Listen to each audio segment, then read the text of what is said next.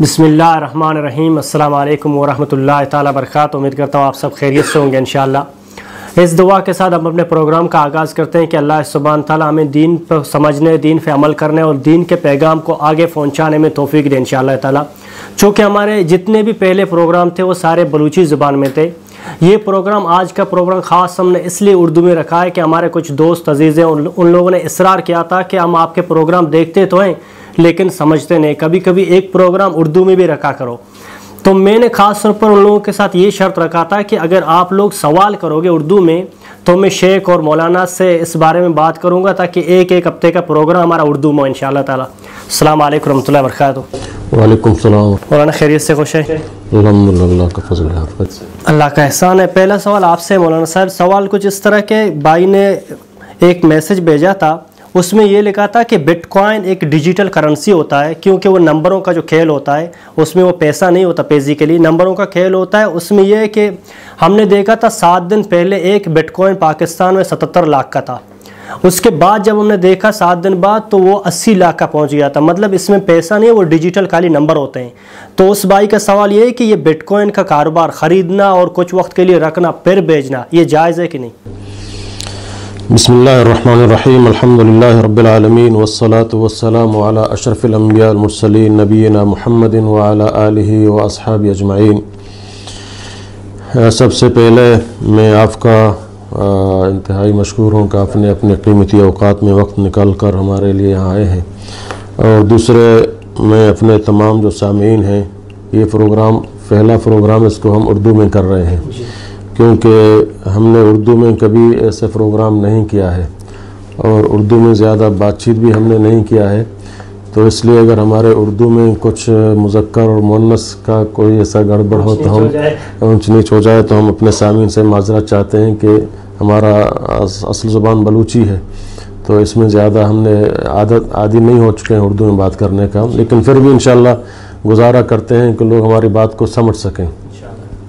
ये जो सवाल आपने पूछा था, ये जो बिटकॉइन है या क्रिप्टो करेंसी इसको कहते हैं, ये तकरीबन 2009 को इसका ईजाद हुआ था। एक जापानी शख्स है, सतीशु नाकापातू कोई ऐसा नाम है, उसने वहाँ से इसको जो ईजाद किया। और ये कोई वो करेंसी नहीं है, बस वो कुछ नंबर हैं, कंप्यूटर के ज़रिए उसको ये करते हैं। तो ये इससे ये मालूम होता है कि जहाँ तक मैंने अभी जो आपने सवाल रखा था कुछ देर पहले इसके बारे में तहकीक की, तो अक्सर जो बड़े बड़े उलमा हैं, सऊदीया के, मिस्र के और हमारे पाकिस्तान के जो बड़े उलमा हैं और जितने भी दूसरे माहिरीन जो इसके नाक़िदीन हैं, वो सब इसको एक फ़राड तस्वर करते हैं कि एक फ़राड है, एक जुआ किस्म की कोई धंधा है। इसमें कई लोगों के सरमाए भी डूब जाते हैं और ये एक ऐसा कारोबार है कि आम गरीब की दस्तरस से तो ये बिल्कुल दूर है। तो लिहाजा जिस चीज़ में भी फ़राड का कोई शुबा हो और वो मुकम्मल कोई करेंसी नहीं है और वो कभी इंसान फ़ायदे में होता है और कभी बिल्कुल डूब जाता है, तो ऐसे चीज़ों में अल्लाह ताला ने, अल्लाह के नबी सल्लल्लाहु अलैहि वसल्लम ने हराम कर दिए हैं।